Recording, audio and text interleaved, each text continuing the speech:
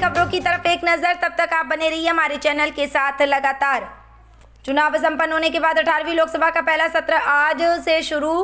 प्रधानमंत्री नरेंद्र मोदी समेत नवनिर्वाचित सांसद शपथ लेंगे। अध्यक्ष का चुनाव होगा और राष्ट्रपति द्रौपदी मुर्मू दोनों सदनों की संयुक्त बैठक को संबोधित करेंगी।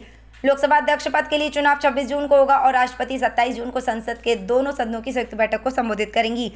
राष्ट्रपति के अभिभाषण पर धन्यवाद प्रस्ताव पर बहस 28 जून को शुरू और पीएम नरेंद्र मोदी 2 या 3 जुलाई को बहस का जवाब देंगे।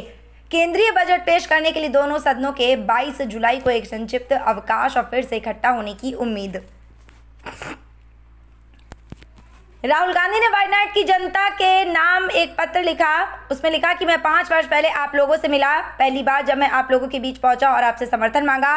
मैं आप सभी के लिए अनजान था और उसके बाद भी आप लोगों ने मुझ पर भरोसा जताया। आप सभी लोगों ने मुझे गले लगाकर मुझे प्यार और स्नेह दिया। मुझे इस बात से कोई फर्क नहीं पड़ता है कि आप किस जाति किस समुदाय से हैं या आप कौन सी भाषा बोलते हैं। जब मुझे प्रतिदिन अपशब्दों का सामना करना पड़ा, उस दौरान आपके सभी के प्यार मेरी ढाल बना प्यार और आप लोग मेरा घर मेरा परिवार रहे।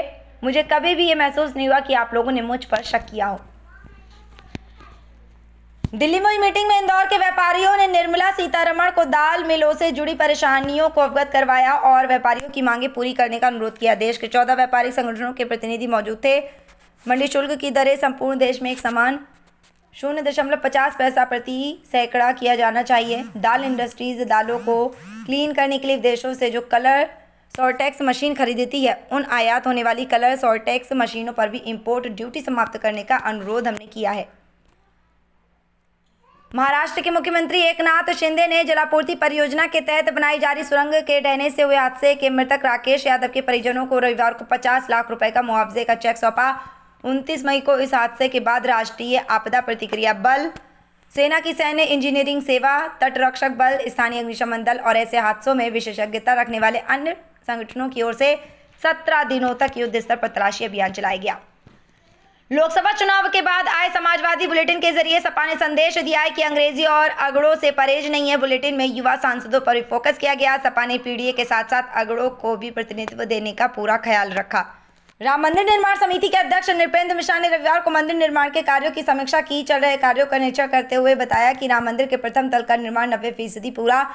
जुलाई तक प्रथम तल पूरी तरह तैयार हो जाएगा। इसके बाद प्रथम तल पर राम दरबार की स्थापना की जाएगी। मार्च 2025 तक परकोटे समेत राम मंदिर का निर्माण पूरा कर लिया जाएगा। अरुणाचल प्रदेश के कई इलाकों में बादल फटने की स्थिति भयावह हो गई है। बादल फटने के बाद अरुणाचल प्रदेश के ईटानगर शहर के कई इलाके जलमग्न हो गए। राष्ट्रीय राजमार्ग 415 के कई हिस्सों में बाढ़ जैसे हालात बन गए। बाढ़ के पानी के कारण कई घर और वाहन क्षतिग्रस्त हो गए। राजधानी परिसर में भूस्खलन की घटनाएं देखी गईं, जिससे वाहन और घर परिसर दोनों प्रभावित हुए। मौसम खराब की स्थिति के बीच निवासियों से सतर्क रहने का आग्रह किया। गोलीबारी से दहला अमेरिका कोलंबस में अंधाधुंध फायरिंग, कम से कम 10 लोगों के घायल होने की आशंका। 4 अन्य लोगों को अस्पताल ले जाया गया। घायलों का 3 अलग अलग अस्पतालों में इलाज। पुलिस ने 2 नंबर जारी किए जिनसे लोग गोलीबारी के बारे में जानकारी होने पर संपर्क कर सकते। सोनाक्षी और जहीर ने 7 साल तक एक दूसरे को डेट करने के बाद शादी कर ली है। इस दौरान दोनों के परिवार वाले वहां मौजूद रहे। इस बीच दोनों ने अपनी शादी का ग्रैंड वेडिंग रिसेप्शन मुंबई में बास्टियन रेस्तरां में रखा, जहां मेहमानों का आना शुरू हो चुका है। इस दौरान दोनों को साथ देखकर सभी की निगाहें पर अटकी रह गई हैं। उनकी तस्वीरें सोशल मीडिया पर वायरल। इंग्लैंड ने T20 वर्ल्ड कप के 49वें मुकाबले में अमेरिका को 10 विकेट से हरा दिया। इंग्लैंड की टीम इस जीत के साथ ही सेमीफाइनल पहुंच गई। सुपर 8 के ग्रुप 2 में इंग्लिश टीम की ये दूसरी जीत। इंग्लैंड के कप्तान जोस बटलर ने टॉस जीतकर पहले गेंदबाजी का फैसला। अमेरिकी टीम 18.5 ओवर में 115 रन पर सिमट गई। जवाब में इंग्लैंड ने 9.4 ओवर में बिना विकेट गंवाए 117 रन बनाकर मैच को जीत लिया। तो ये थी आज की 10 बड़ी खबरें। इस तरह की खबरें देखने के लिए आप लगातार हमारे चैनल के साथ बने रहिए। नमस्कार।